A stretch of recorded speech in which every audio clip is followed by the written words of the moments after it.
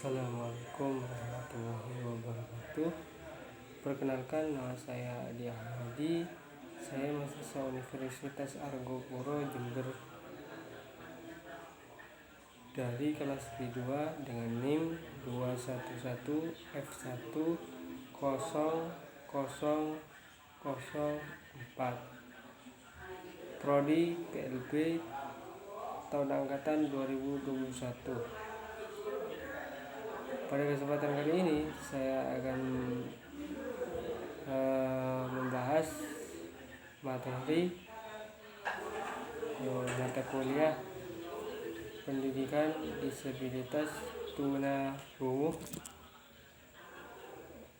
di mana mata kuliah ini diampu oleh Ibu Sugihartati, SPD MPD, selaku dosen pemangku mata kuliah pendidikan disabilitas tunarungu.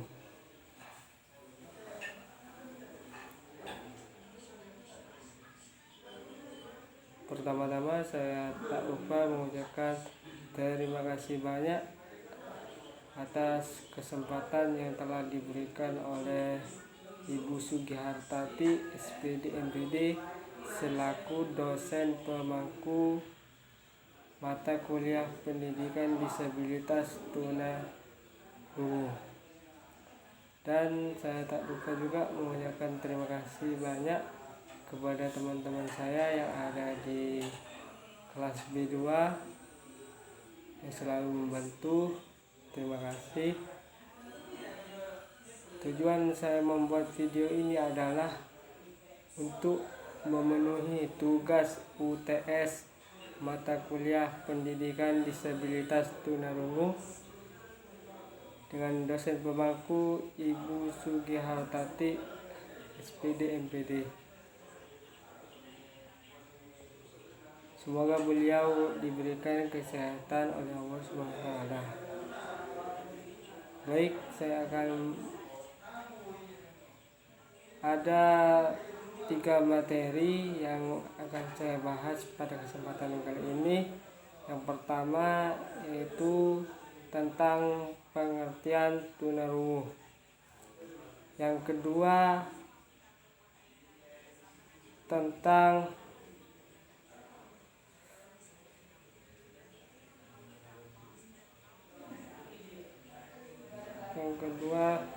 tentang jenis-jenis tunarungu.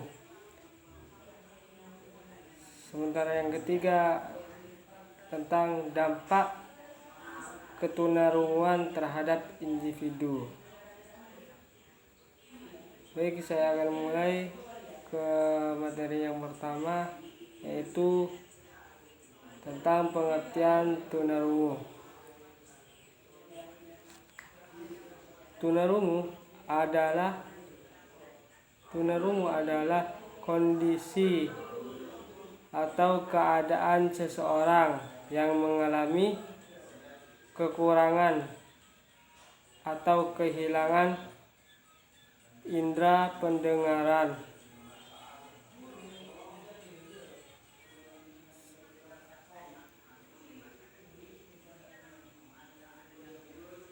sehingga tidak mampu menangkap rangsangan berupa suara atau rangsangan lain melalui pendengaran. Ini diakibatkan dari terhambatnya perkembangan pendengarannya, sehingga seorang tunarungu tidak dapat atau tidak mampu berbicara.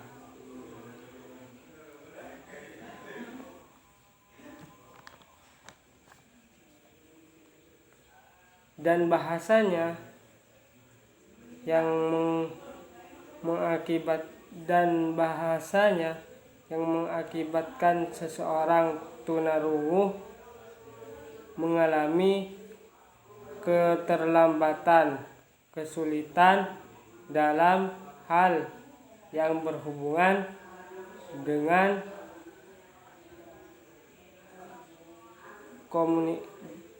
komunikasi. Istilah tunarungu berasal dari kata tuna yang artinya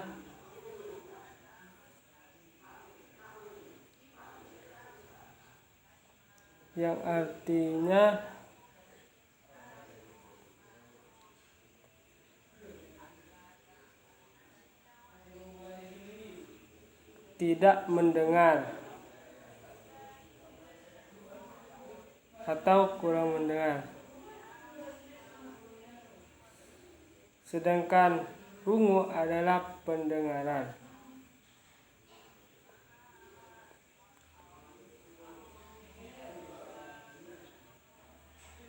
Istilah lain yang menyebutkan mengalami kelainan pendengaran di antara lain adalah tuli, bisu, tuna, bicara.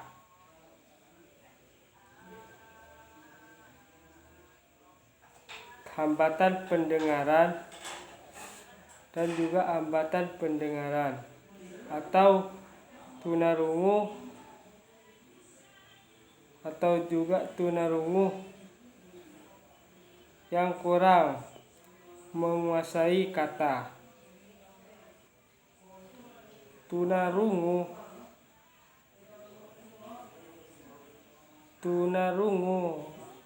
apabila tidak mampu atau kurang mampu mendengar suara.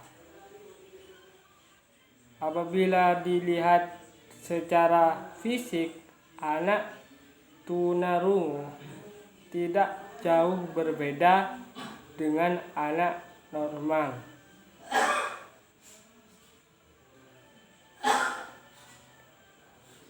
Namun anak tunarungu baru terasa jika anak tersebut diajak berkomunikasi.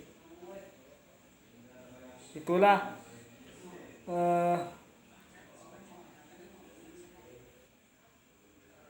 barulah ia diketahui bahwa anak tersebut mengalami tunarungu.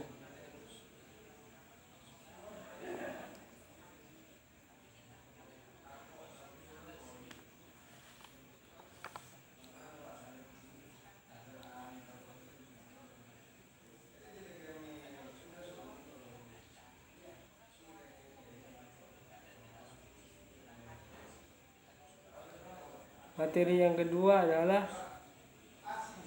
jenis-jenis ketunarunguan.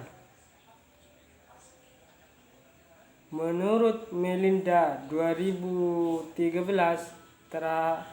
terdapat 3 batasan dalam mengelompokkan tunarungu berdasarkan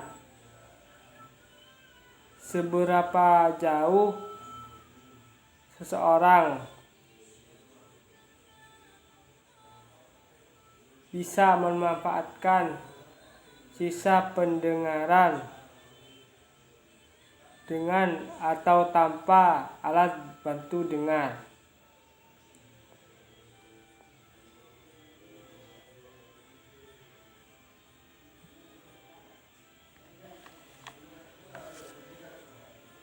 Satu, kurang dengar namun masih bisa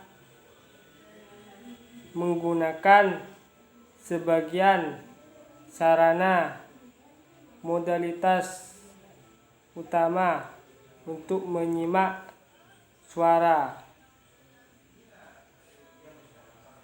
Cangkupan seseorang dan percakapan seseorang dalam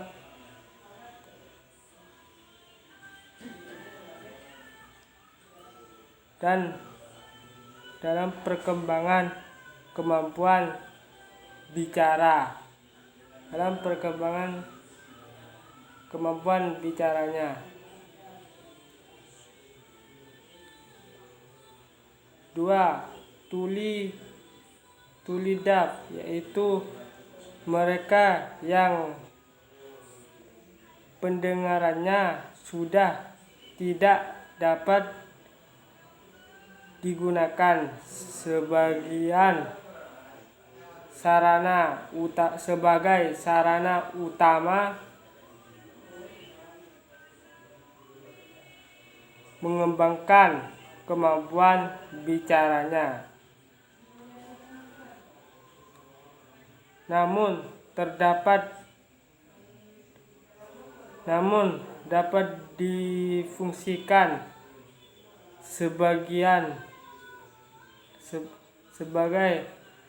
sebagai suplemen pada penglihatan dan perabaan.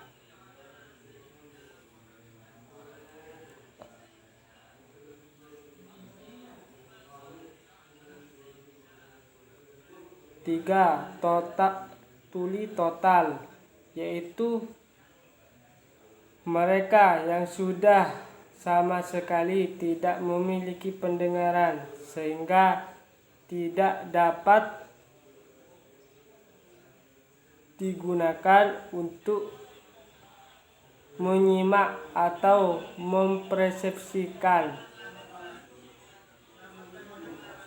mengembangkan bicaranya.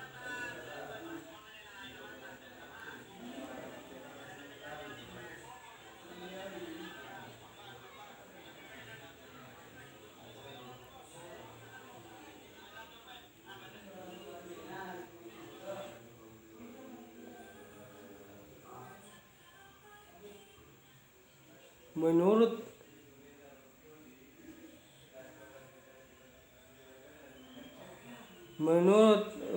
Winarsih 2007, berdasarkan tingkat kemampuan pendengaran dinyatakan dalam intensitas suara yang didengar dengan sentuhan dB desibel tuna. Beberapa tunarungu dikelompokkan dalam beberapa kategori.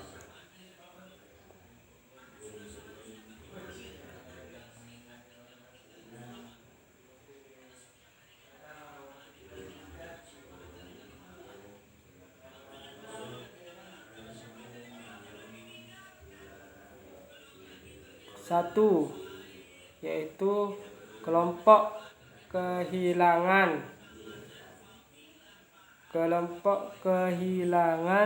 pendengaran 15 sampai 30 dB, hearing atau kategori tunarungu ringan. Tangkapan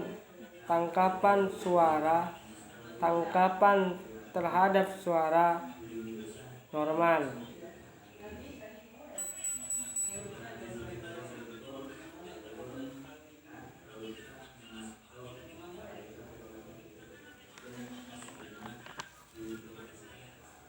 Dua,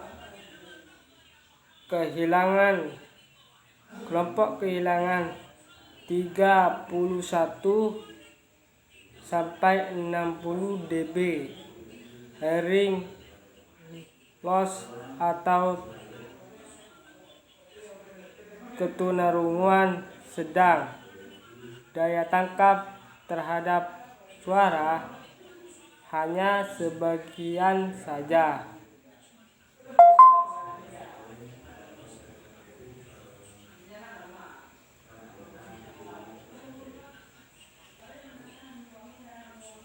Tiga, kelompok dengan kehilangan pendengaran 61 sampai 90 dB.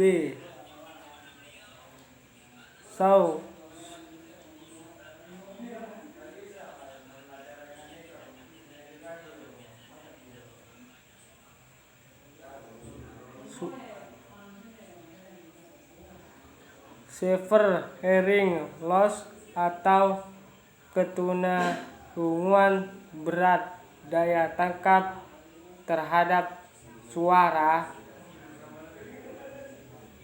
tidak ada.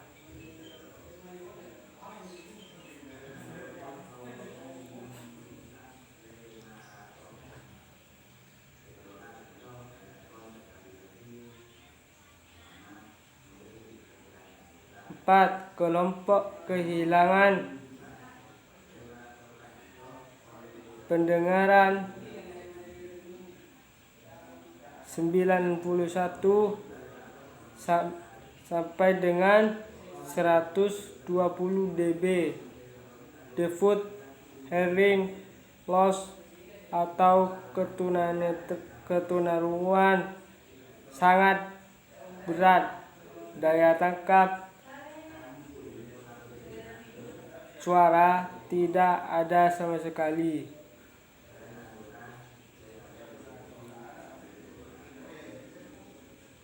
Yang kelima adalah kelompok ketunarunguan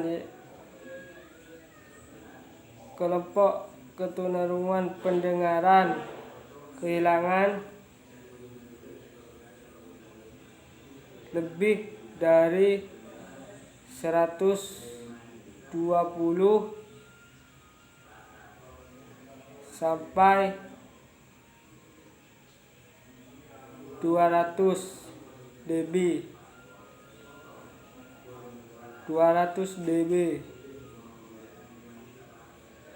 Daya tangkap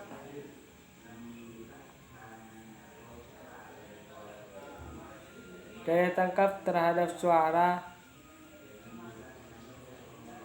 tidak ada sama sekali.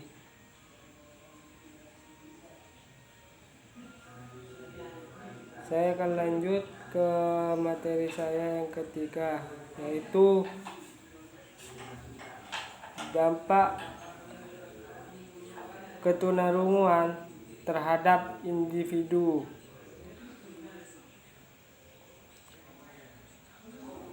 Ketunarunguan berdampak terhadap fungsi dan perkembangan seseorang.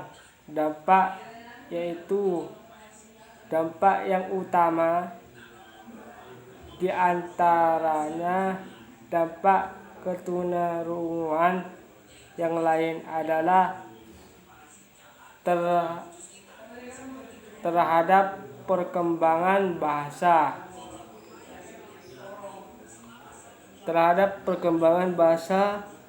pada akhirnya mengakibatkan proses komunikasi dan perkembangan bahasa sangat erat kaitannya dengan kemampuan mendengar. Perkembangan bahasa anak tunarungu pada awalnya pada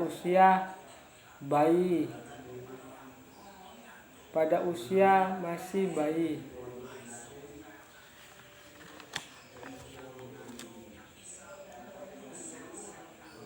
Akan menangis bila merasakan suatu yang tidak menyenangkan, misal buang air besar, buang air kecil, haus, kedinginan, gerah, dan sebagainya. Kurang lebih 6 bulan anak mencapai tahap meramban, seperti halnya anak mendengar. Anak tunarungu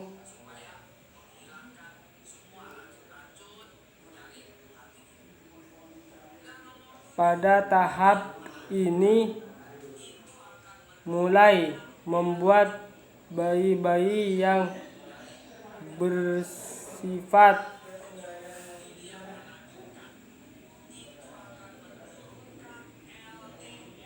refleks dan belum membentuk vokal atau konsonan.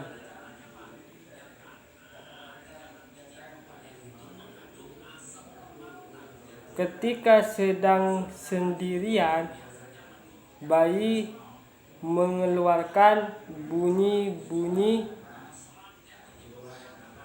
secara berulang-ulang, dan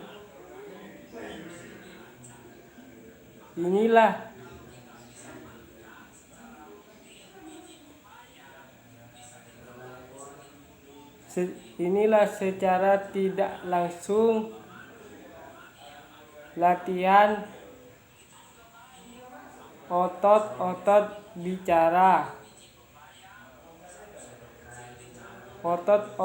bicaranya. Semua anak, baik yang mendengar maupun yang mengalami ketunarunguan, melewati tahap meremban, karena tahap meremban adalah tahap yang alami. Setelah masa meremban, yaitu tepatnya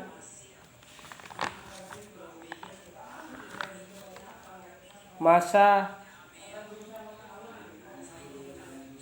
laling, perkembangan bahasa anak tunarungu terhenti karena tidak mendengar. Bunyi-bunyi yang dikeluarkan baik oleh sendiri, lingkungan, maupun bunyi-bunyi bahasa dari ibunya. Hal ini disebabkan oleh tidak adanya umpan balik dari auditor anak tunarungu. Terhentinya perkembangan bahasa anak tunarungu pada masa laling tentunya akan menimbulkan permasalahan baik pada proses komunikasi anak tunarungu itu sendiri.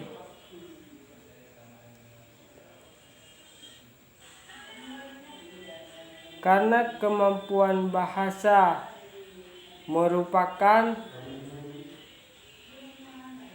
persyaratan untuk berkomunikasi, adapun permasalahan yang timbul akibat terhentinya perkembangan bahasa anak tunarungu adalah yang pertama,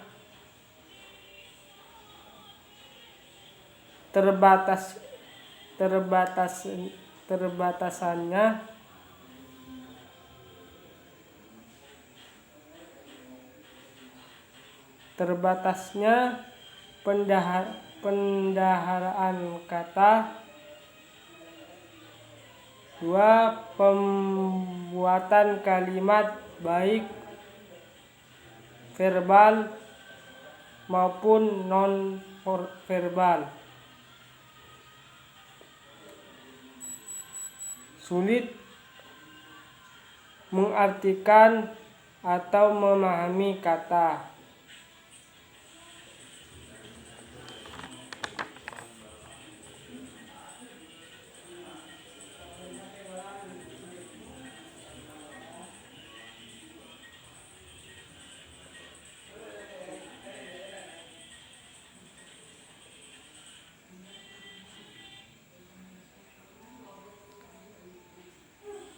Sekian pemaparan dari saya. Mohon maaf jika masih banyak kekurangan dari apa yang saya sampaikan. Saya mohon maaf sebesar-besarnya, wabil khusus kepada Ibu Sugihartati selaku dosen pemangku mata kuliah pendidikan disabilitas tunarungu.